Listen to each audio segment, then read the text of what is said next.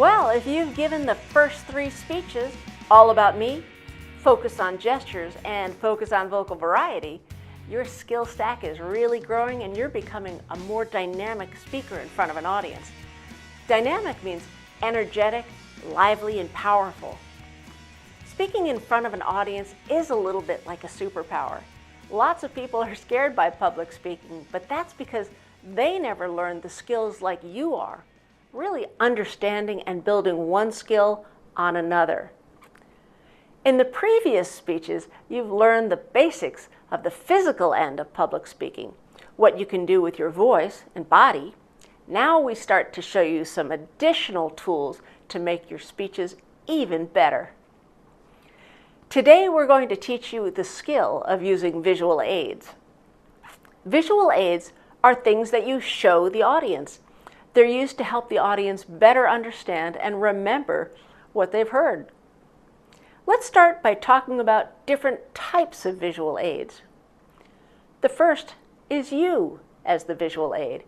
If you're giving a speech about dancing or martial arts, something physical, it can be very helpful for you to demonstrate the moves rather than just describing them. You can step out from behind your lectern, or for online meetings, back up from your camera so you're fully visible and show the audience how it's done.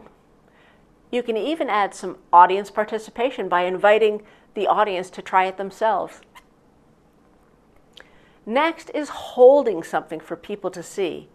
If it's not very big, you can, again, step out from behind your lectern and walk it about the room showing it, or you can have your audience pass it around. Now, if you are in the audience and you're the last person to receive the item that's being passed around, just hold on to it for the speaker to collect after the speech. It can be very distracting if you hand visual aids back to a speaker during your speech, unless requested to. It's also important that anything you hold up for the audience to see be held up long enough and still enough for them to get a good look at it. Another common visual aid is the use of a whiteboard or flip chart to help you explain or demonstrate something. You can also use it to write a list or put up ideas you ask for from the audience.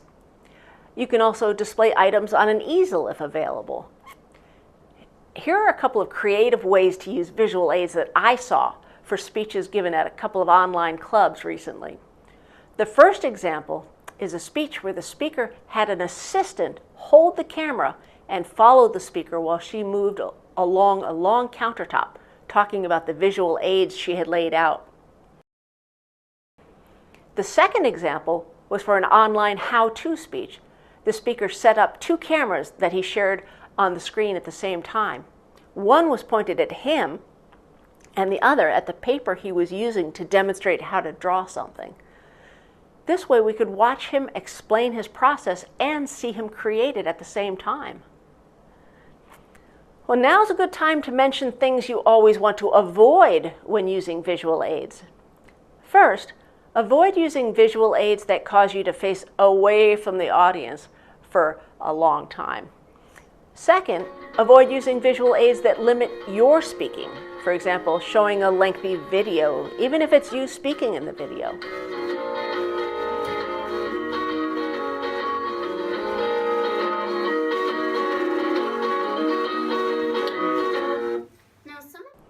And third, avoid using visual aids that have too much information written on them. This sometimes happens when speakers present slideshows. They think that they can pretty much write their speech on the slides and just read from the slides. Well, that's a big no-no in Speakers League. When sharing a slide presentation with the group, in person or online, don't put blocks of text on the screen.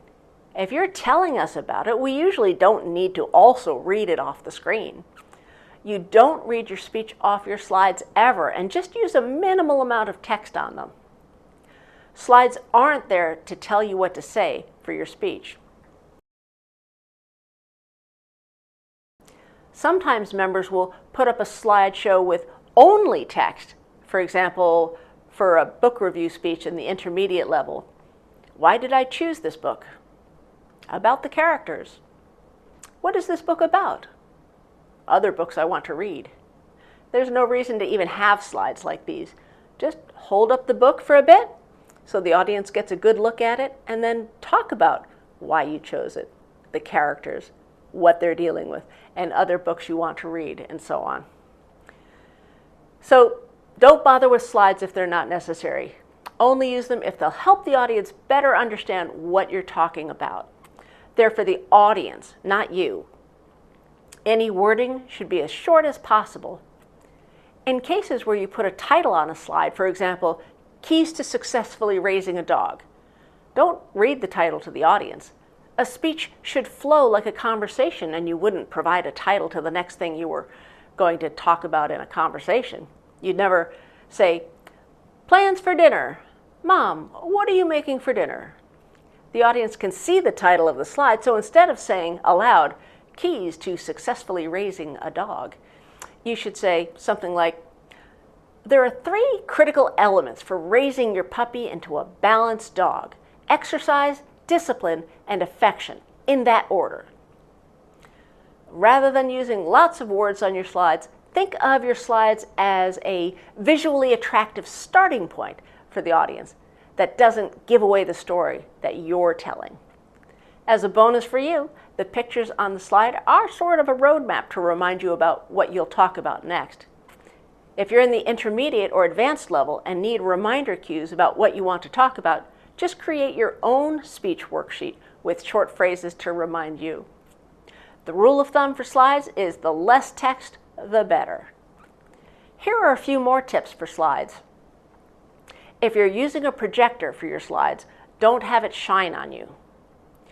Don't have a title slide,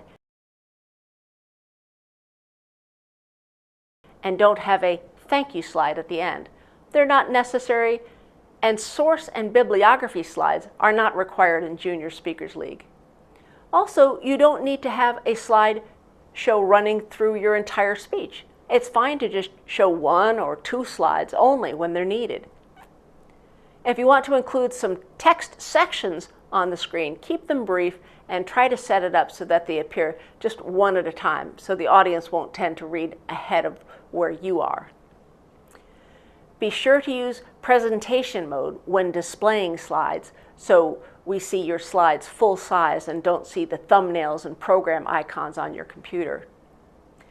If a speech can be made more interesting, understandable, or effective by using visual aids, always use them. Now let's talk specifically about the Focus on Visual Aids speech. The idea with this speech is to talk about one of your prized possessions or a collection you love having. Before your speech, consider your options and think about why you're choosing your final selection. Don't choose a pet though, because it's often hard to control that visual aid, and it can wind up being more of a distraction than an aid. Now, as usual, start by reading about the goal of the speech in your handbook, then go to your worksheet and fill in the words or short phrases on your actual paper worksheet that will remind you what you want to say.